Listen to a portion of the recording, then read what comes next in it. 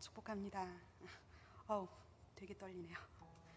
우선 제가 얘기하기 전에 이렇게 소중한 시간에 저한테 이런 시간을 허락하신 목사님께 너무 감사드리고요. 제가 신앙생활을 처음 시작했던 건 중학교 동아리 활동에서부터 시작을 했습니다.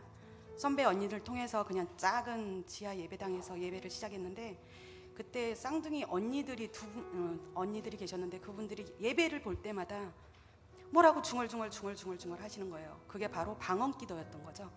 그리고 방언기도가 끝나면 저희한테, 얘들아, 내가 이번 주에는 이랬어 저랬어, 근데 이렇게 변했어, 우리 가족이 이렇게 변했어, 이런 말을 계속 하는 거예요. 그리고 뭘 저렇게 계속 저렇게 얘기를 하나, 왜 이렇게 꿰맞히지? 너무 기독교에 꿰맞추는 거 아니야? 신앙심에 꿰맞추는 거 아니야? 그렇게 생각을 했었어요. 근데 생각해보니까 그 선배들은 저한테 뭘 가르치려고 했냐면, 아무것도 모르는 새내기였다 보니까 조금은 너네가 열심히 하면 너희들에게도 이런 변화가 생길 것이다, 하나님의 사랑을 믿으라, 그런 걸 아마 가르쳐주기 위해서 저희한테 간증이라는 걸 했던 것 같아요.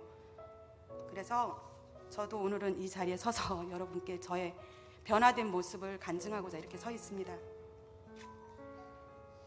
제가 이 교회에 처음 왔던 건 2002년 월드컵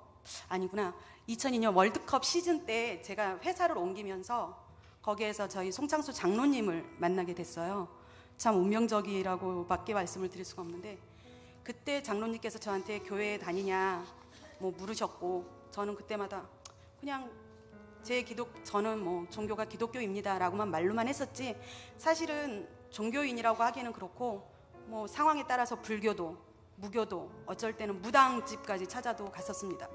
그랬던 저에게 장로님은 항상 늘 하나님을 곁에 해야 된다, 말씀과 함께 해야 된다, 아이들은 한 엄마의 기도로 키워야 된다, 이런 말씀을 계속 하셨어요. 그러면서 계속 교회에 나오라고 계속 말씀을 하셨고, 그때마다 직장 상사니까 그래 한 번쯤 나가지 해서 처음 교회를 갔던 게 서울 어느 교회를 갔었습니다. 그리고 나서 이 핑계 저 핑계를 대고 교회를 안 다녔고, 그러던 중에 둘째를 임신을 했고, 둘째 임신을 했는데 유산기가 있다가 하면서 조심하라고 하더라고요. 그때 그러다가 애가 잘못되면 그 또한 내 잘못이려니 해서 교회는 아예 발을 끊었습니다. 발을 끊고 제 생각만으로 병원을 다니면서 아이 뱃속에서 잘 자라기만 바랬고, 그렇게 해서 아기를 낳았는데, 그 아이가 태어나자마자 중환자실에서 한 달 보름을 넘게 사투를 헤맸고, 그러다가 그 모습을 곁에서 계속 보셨으니까 장로님께서는 하나님 곁에 있어야 된다, 교회를 나와라 하셨었던 거죠. 그래서 예den교회를 다시 나오게 됐던 겁니다. 그리고 나서 교회에 나와서도 그냥 한 발만 걸치고 있는 정도, 마음은 다하지 않고 그저 왔다 갔다 주일에 예배만 드리고 부랴부랴 집으로 가는 게 일수였었어요. 근데 둘째, 셋째를 통해서 계속 건강적인 문제를 저한테 던지시더라고요. 둘째는 혈소판 감소증으로 인해서 7년 동안을 계속 피검사를 하면서 지냈어야 했고, 그게 어느 정도 된다 싶었더니 갑자기 성조숙증이라는 거가 왔고, 그래서 병원을 가서 성조숙증에 대해서 검사를 하고 했더만, 성조숙증을 치료는 할 수는 있지만 100%는 아니다, 50%에 가깝다, 그리고 그걸 치료를 하면 아이의 키가 안 클 것이다. 근데 지금 상태에서 너무 성조숙증이 빨리 왔기 때문에 키가 크더라도 150이면 정말 많이 크는 거다라고 했습니다. 그건 기적과도 같다고 그랬어요. 그래서 교회에서 말씀을 드리고 어떻게 했으면 좋겠는지 그랬더니 목사님하고 사모님께서 제 말씀을 듣고 걱정하지 말라고 하셨어요. 그거는 의사의 얘기지 하나님의 뜻은 아니라고 하셨습니다. 그래서 정말 모험 아닌 모험을 해봐야 되나 하는 생각에 여러 차례 병원을 계속 다니면서도 고민을 많이 했어요. 그러다가 저희 막내 아들이 축구를 너무 좋아하는데 X자 다리여서 자기 다리에 자기가 걸려 넘어지니까 운동을 못 하더라고요. 그래서 매일매일 아이 다리를 붙잡고 병원에서도 다리를 많이 주물러 주라고 하더라고요. 아침 저녁으로 주물렀어요. 그렇게 해서 아이 다리를 이렇게 하면 고쳐지겠지. 근데 병원에서 뭐라 했냐면, 그걸 고치려면 교정기를 다리에 끼고 잠을 잘 때 움직이지 않은 상태로 4-5시간을 꼼짝 말고 있어야 된다고 하더라고요. 근데 성장기에 그런 아들한테 너무 스트레스가 되니까 초등학교 입학하면 다시 교정을 하자고 하더라고요. 근데 그 교정기 값이 몇백을 훌쩍 넘는다고 해요. 키가 크면 키가 클수록 또 다시 해야 된다고 했었습니다. 그게 저한테 또 왔고, 그러던 중에 그것도 다시 한번 말씀을 드렸어요. 근데 그것 또한 일관되는 말씀이셨어요. 걱정하지 말라. 걱정하지 말고 너는 기도 열심히 하고 예배 참여 잘하고 주님 안에 모든 걸 다 맡겨드리라고 말씀을 하셨습니다. 그리고 어느 날 갑자기 치유 집회가 잡혔어요. 그래서 혹시나 하는 마음에 우리 막내 아들을 데리고 나왔습니다. 나와서 저희 아들이 이렇게 돼서 X자다리입니다 했더니, 보신 분들 많이 계시죠? 앞에서 기도와 함께 다리를 몇 번 만지셨는데 그 X자다리가 정말 거짓말처럼 펴졌습니다.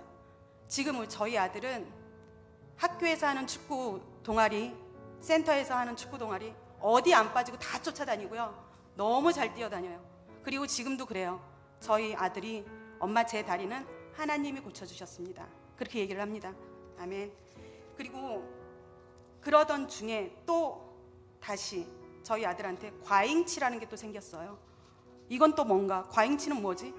갑자기 어느 날 이를 닦고 나오는 아이 이를 봤는데 천정에서 이빨이 하나가 나왔던 거죠. 그래서 영구치가 잘못 나왔나 보다 하고 병원을 갔더니 아니다, 과잉치다. 근데 아이한테는 조금 위험하겠지만 전신 마취를 하고 빼야 된다고 하더라고요. 그러면서 영구치하고 이 과잉치가 뿌리가 붙어 있으면 수술이 커진다. 그리고 아이가 많이 아파할 거다. 그러니까 마음의 준비를 하고 있어라. 그래서 병원을 갔어요. 가기 전에 또 기도를 받았습니다. 또 그러셨어요. 걱정하지 말라고. 근데 수술을 다 마치고 나온 저희 아들 통증 하나도 없었고요. 심지어는 의사가 사진으로 봤을 땐 분명히 다 있었는데 직접 째보니 아주 미세하게 뿌리는 따로 떨어져 있어서 쉽게 발치가 가능했다고 합니다.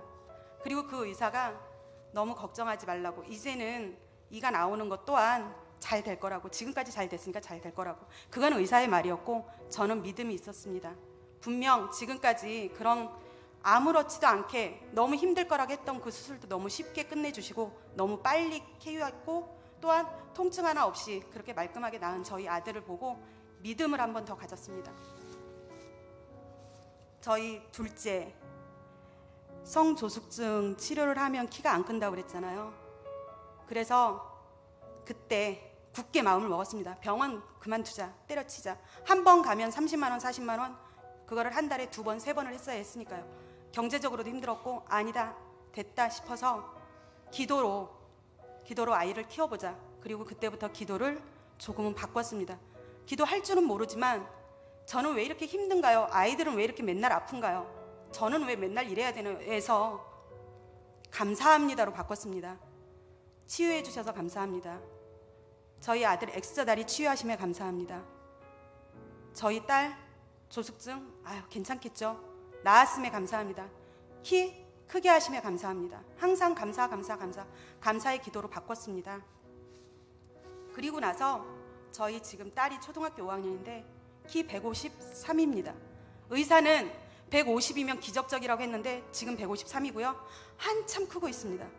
정말 이거는 하나님의 사랑이라는 것은 도저히 저희가 생각하는 과학, 의학 그 어떤 것도 뛰어넘는다는 것을 아이들을 통해서 저는 느끼고 보고 또 배우고 믿습니다.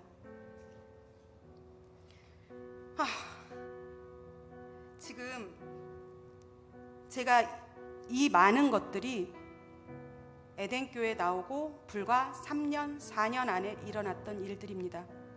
지금도 하나님을 아직 알지 못하고 배회하고 있는 많은 사람들, 그리고 저희 가장 가까이 있는 저희 남편조차도 하나님을 믿지 못하고 아직까지 배회하고 방황하고 있습니다.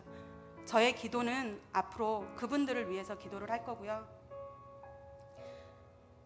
제가 3, 4년 동안 있었던 일을 이렇게 그냥 간단하게 얘기를 하려니까 너무 짧고 그런데 오늘도 이렇게 많은 분들 앞에서 간증할 수 있는 이런 일들을 마련해 주셨듯이 또 다른 간증을 저한테 할 수 있는 일들을 하루 또 하루 만들어 주실 것을 믿고 제 말씀은 여기서 마칠게요. 그리고 오늘도 예배할 수 있음에 감사드리고 저의 고민과 걱정거리 하나하나에 반응해 주시면서 늘 오랜 동안 인내심으로 저한테 기도해 주시고 그리고 영적 지도를 위해서 많이 힘써주신 목사님과 사모님 그리고 저를 에덴교회로 이끌어주신 저희 장로님께 다시 한번 감사드리고요.